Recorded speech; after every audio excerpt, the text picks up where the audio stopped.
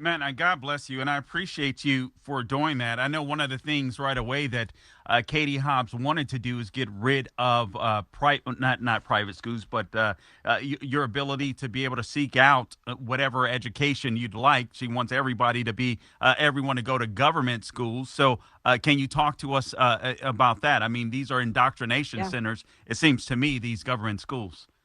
She did everything that we feared that she would do, and right away. I mean, what the people want is a secure border. She went in and her budget proposed getting rid of tens of millions of dollars going to the Border Strike Force, which is the group that keeps us safe.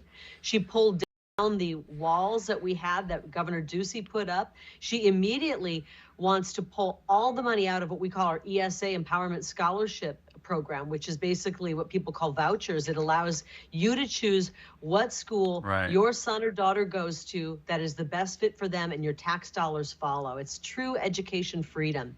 It is the true great equalizer. She pulled that out. And then to add insult to injury, Carl, she put 7 million into a fund to investigate police at a time when we need more police Wow. officers. We need to allow them to do their job so that our streets can be safe. She's wanting to put money in to just investigate more officers.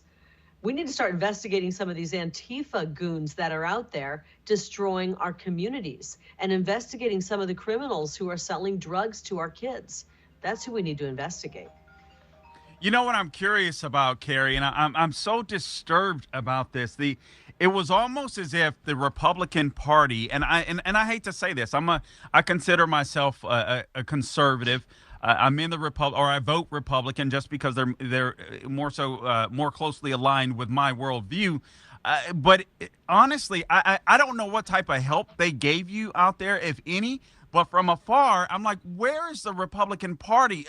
Arizona should have been an easy win for us. We shouldn't have had the problems that we had in Maricopa County. Was there anybody at the RNC that came for it, Ronna McDaniel, that had your back?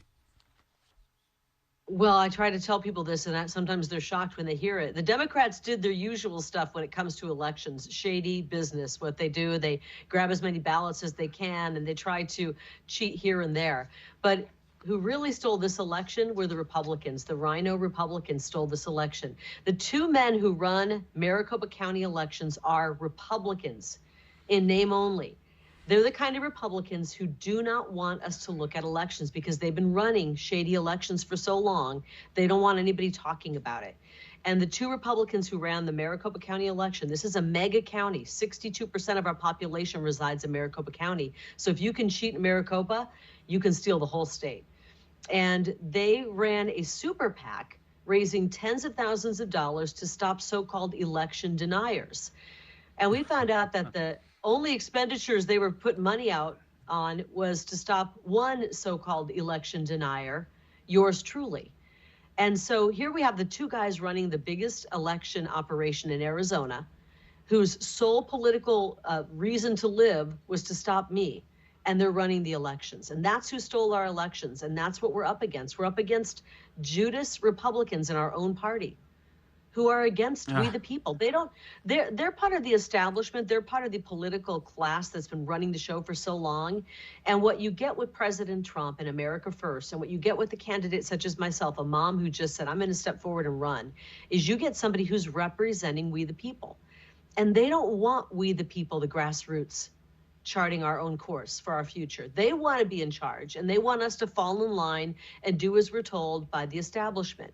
And now when the grassroots wins and it's time for the establishment to fall in line, they can't do it. Instead, they try to rig the vote and steal the vote and the voice from the people. You know, you just made a very important point because you come from the people, if you will. There's this administrative state, this establishment that exists within both parties. And it's obvious that they don't want their power challenged. And it's amazing to me that so many Republicans seem to be going for this, where we have this growing administrative state and fewer people's voices are being heard. I mean, we the people, we're just simply not being heard. And it amazes me at how many conservatives and or Republicans will say conspiracy theorists and this and that. And I'm just like, guys, do you see what's going on here? I mean, Arizona is a swing state. If we don't get our elections straight, Carrie, I don't think we can win in 2024, frankly. I'm worried about that, but I just, as I was sitting here waiting to come on the show today, I was watching a committee down at our state legislature and the state Senate where they're talking about election reform, and they are dropping some serious truth bombs as we speak right now, talking Good. about many of the issues that we presented in our lawsuit when it comes to signature verification. Hundreds of thousands of ballots did not have proper signature verification. Literally, ballots with no signature were passed through, ballots with scribbles that and nowhere clear, close to what the original signature for that ballot should have been, were passed through to the tune of hundreds of thousands. We have wide-scale cheating. We have laws that are not being followed, and if we don't step up and do it now, I don't know when we will. So I'm really pleased that they're at least talking about that. I'm pleased that our election case, the best election case to ever make it into the courts, is moving through the courts. We're in the appellate court right now. And so all is not lost. I do believe we can bring about some change before 24. Sir Tatum, you can find me online at The Carl Jackson Show. Check out my podcast wherever podcasts are found, The Carl Jackson Show. And I'm speaking to Kari Lake. Kari Lake, I hope the future governor of Arizona, frankly. Good Well, God almighty. we won, and unfortunately, our election was stolen. And I don't have any doubt in my mind that we won, and we won in a landslide.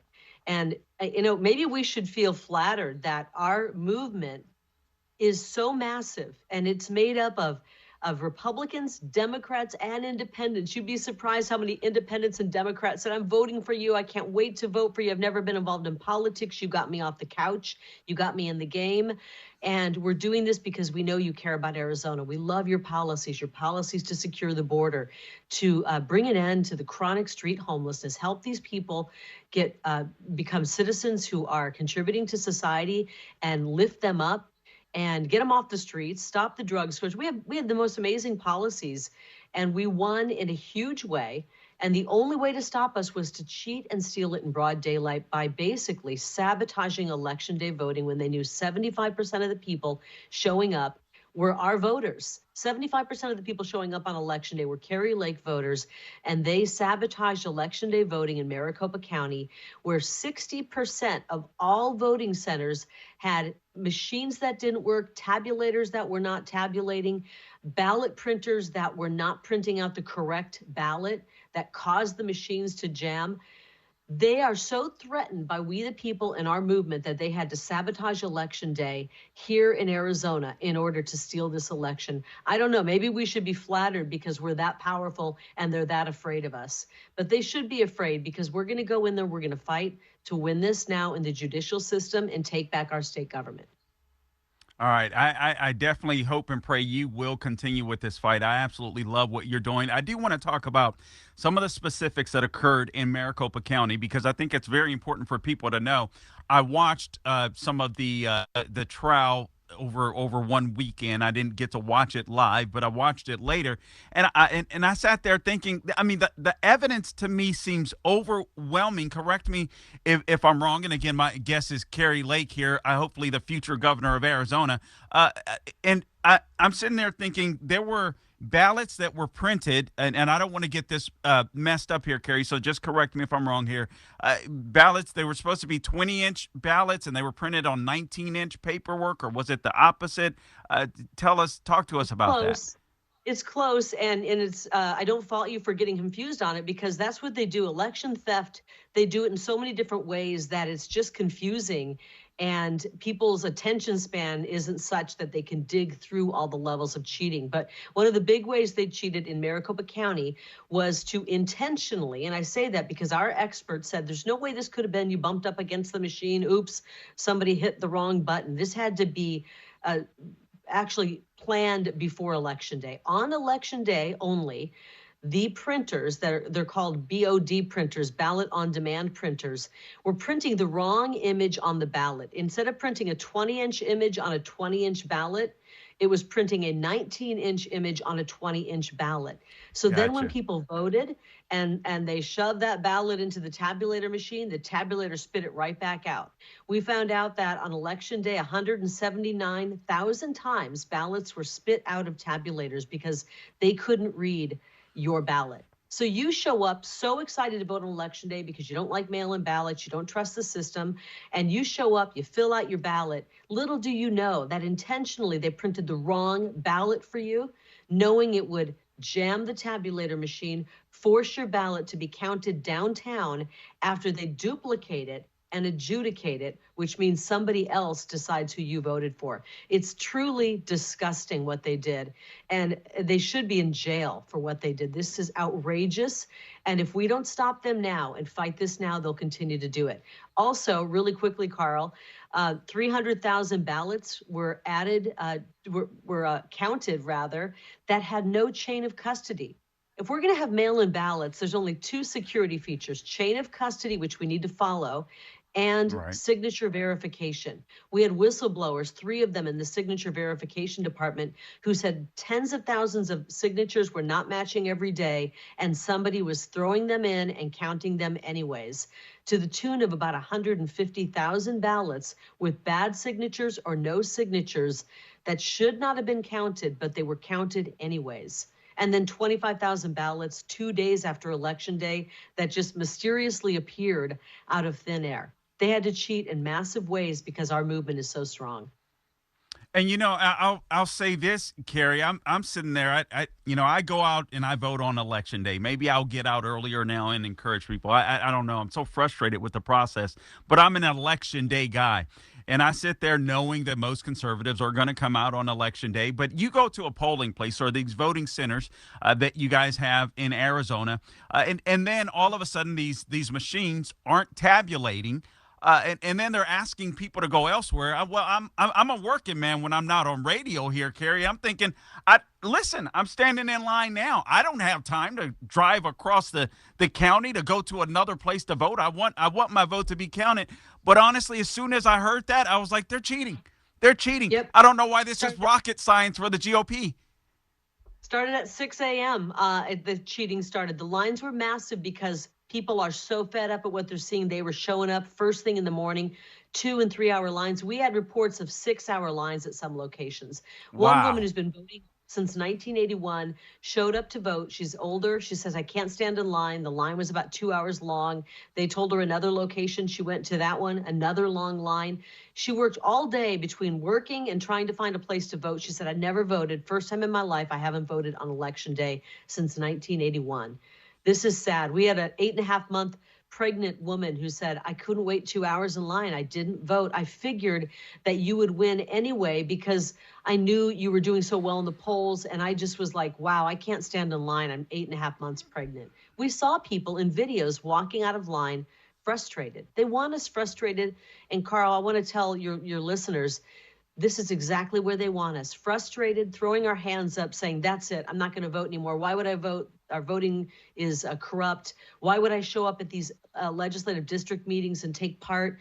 It's so corrupt. They want us frustrated so that we'll walk away from the political process, and we can't give them that victory. What we have to do is stay in the game, and I have to continue to fight. We have to fight and win this lawsuit and continue to work and pressure our legislature in all of these states to demand election reform. I believe election day voting is what we should have. No more mail-in ballots. There's too much fraud there. And we have to, I Agreed. think, demand more from our fake news. Even though a lot of us patriots aren't watching the fake news, we should be calling these news stations and these reporters and nicely. We don't need to get rude and hateful. Just say, start doing your job and covering this. We know what's going on. We got to start calling these people out.